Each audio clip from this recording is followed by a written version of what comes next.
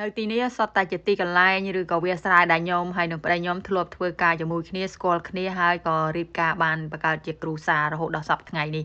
ដំបូងខ្ញុំហើយប្តីខ្ញុំគឺថាមកស្គាល់គ្នានៅពេលដែលខ្ញុំធ្វើការមកធ្វើការនៅក្នុងប្រទេសជប៉ុនជាសិក្ខាកាមខ្ញុំមកធ្វើការនៅក្នុងក្រុមហ៊ុនជាមួយគាត់និយាយរួមទៅកន្លែងធ្វើការជាមួយគ្នាតែក្រុមហ៊ុនផ្សេងគ្នាអញ្ចឹងគេមានក្រុមហ៊ុនមេក្រុមហ៊ុនកូននេះអញ្ចឹងណាហើយប៉ុន្តែពេលធ្វើការហ្នឹងគឺប្តីខ្ញុំគាត់គ្រប់គ្រងអីចឹងណាតែមិនថាតកែទេគាត់ជាមេការហើយមកដំបូងនេះគឺថាខ្ញុំមិនចូលចិត្តប្តីខ្ញុំទេខ្មែរមានខ្ញុំមានសិស្សច្បងខ្មែរម្នាក់ដែលគាត់មកមុនខ្ញុំហ្នឹងមកធ្វើការជាមួយគាត់បានប្រហែលជាចិត្តមួយខែគាត់ទៅស្រុកគាត់ទៅខ្មែរបាត់ទៅនៅខ្ញុំម្នាក់ឯងធ្វើការជាមួយថៃមួយឡាវនេះគឺថានិយាយពីបបាក់ម៉ែឲ្យអាបបាក់ប៉ុន្តែកាត់ចោលលើមកនិយាយរឿងខ្ញុំហើយប្តីខ្ញុំស្គាល់គ្នាខ្ញុំគឺខ្ញុំអត់ចូលចិត្តប្តីខ្ញុំទេព្រោះអីប្តីខ្ញុំគាត់កាចហើយនិយាយទៅគាត់លក្ខណៈបើក្នុងចំណោមមេការគាត់រៀងកាន់កាប់ធំជាងគេអញ្ចឹងណាហើយនៅពេលដែលគាត់ប្រើអីចឹងទៅនិយាយត្រង់ខ្ញុំមកភ្លាមហ្នឹងជប៉ុនមិនដឹងណាមិនដឹងណៃផងដល់ពេលអញ្ចឹងពេលគាត់ប្រើយើងស្ដាប់វាមិនមែនថាប្រើយើងឲ្យធ្វើគោបែរជាយើងចាញ់ទឹកក្បី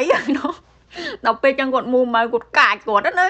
កាចខ្លាំងមែនទេខ្ញុំមិនចូលចិត្តទេហើយ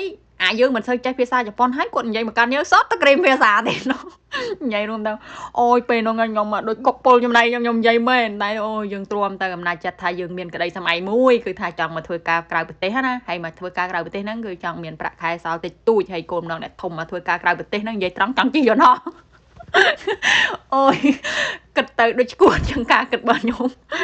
ឥឡូវកុំឲ្យវែងឆ្ងាយចូលមកខ្ញុំហើយប្តីខ្ញុំដែលស្គាល់គ្នាចាប់ដៃគ្នាធ្វើជាគូសង្សារនឹងគ្នាណាខ្ញុំចិត្តត្រឡប់មកផ្ទះហើយដូចជានៅសល់ប្រហែលនេះ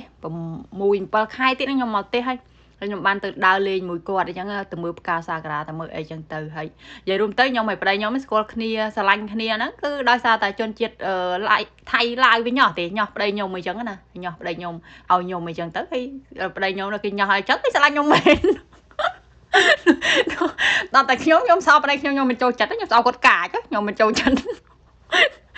មិនតែធម្មតាទេអ្នកទាំងអស់គ្នាយើងអត់ទាន់បាននិយាយគ្នាអត់ទាន់បានពិភាក្សាពីថាយើងអត់សូវមានពេលដែលបាននៅក្បែរគ្នាអញ្ចឹងទៅយើងនៅក្បែរគ្នាដែរតែយើងនៅបែបលក្ខណៈធ្វើការយើងអាចបាននៅលក្ខណៈដោយសារតែ2នាក់អីចឹងណាដល់ពេលតែបាននៅជាមួយគ្នា2នាក់ដើរលេងនិយាយពីនេះនិយាយពីនោះអញ្ចឹងគាត់ថាត្រូវគ្នាខ្លះអញ្ចឹងក៏បាក់ចិត្តស្រឡាញ់ទៅហើយធម្មតានៅធ្វើអីទៀតបើខ្ញុំអាយុ30ហ្នឹងហើយខ្ញុំក៏មិនសង្ឃឹមថាប្តីខ្ញុំនឹងគាត់ទៅស្រុកខ្មែរការអីមួយខ្ញុំដែរព្រោះខ្ញុំស្គាល់គាត់ខ្លីខ្លាំងមែនតើ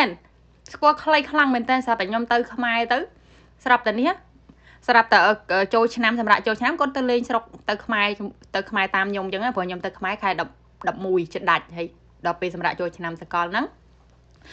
វាក្នុងខែថ្ងៃ1អញ្ចឹងណាថ្ងៃ1ខែឆ្នាំថ្មីអញ្ចឹងគាត់ក៏ទៅខ្មែរអញ្ចឹងទៅហើយក៏និយាយគ្នារត់ឯកសាររត់អីរហូតបានជាដុំជាកភូនក៏ការហើយក៏មកជប៉ុនអីចឹងទៅគាត់ថាខ្ញុំនិយាយទ្រុសទៅណាអ៊ំពូមីងខ្ញុំអត់បាននិយាយលំអិតទេព្រោះលំអិតវែងឆ្ងាយចឹងហ្នឹងគាត់ថាខ្ញុំដឹងថាខ្ញុំហើយប្តីខ្ញុំលក្ខណៈថាខ្លាយជាសង្សារដូចជាភ្នែកតូលចឹង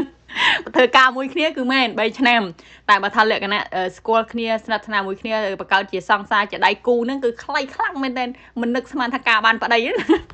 ព្រោះអីស្គាល់គ្នាខ្លាំងមែនទែនបើស្គាល់គ្នាខ្លីខ្លាំងមែនទែនបើសិនជាខ្មែរអីខ្ញុំគិតថាអើយមកដង្ហើមចោលខ្ញុំនិយាយមែនបើយើងគិតពីតំណែងហ្នឹងណាប៉ុន្តែជាមួយប្តីខ្ញុំគាត់ច្បាស់លាស់ព្រោះអីគាត់ចង់បង្កើតគ្រួសារចង់មានបង្កើតជាកូនពូនជាចៅអីចឹងណាព្រោះគាត់ច្បាស់លាស់ជាមួយខ្ញុំបើខ្ញុំមិនគិតថាខ្ញុំច្បាស់លាស់មួយគាត់ទេព្រោះស្គាល់ចិត្តគ្នាវាខ្លីខ្លាំងថ្ងៃរួមគឺវាខ្លីខ្លាំងមិននឹកស្មានណាវាដូចជាភ្នែកទូលមួយផ្លេតតោះហ្នឹងស្អាប់វាខ្លាយជាការពិតណា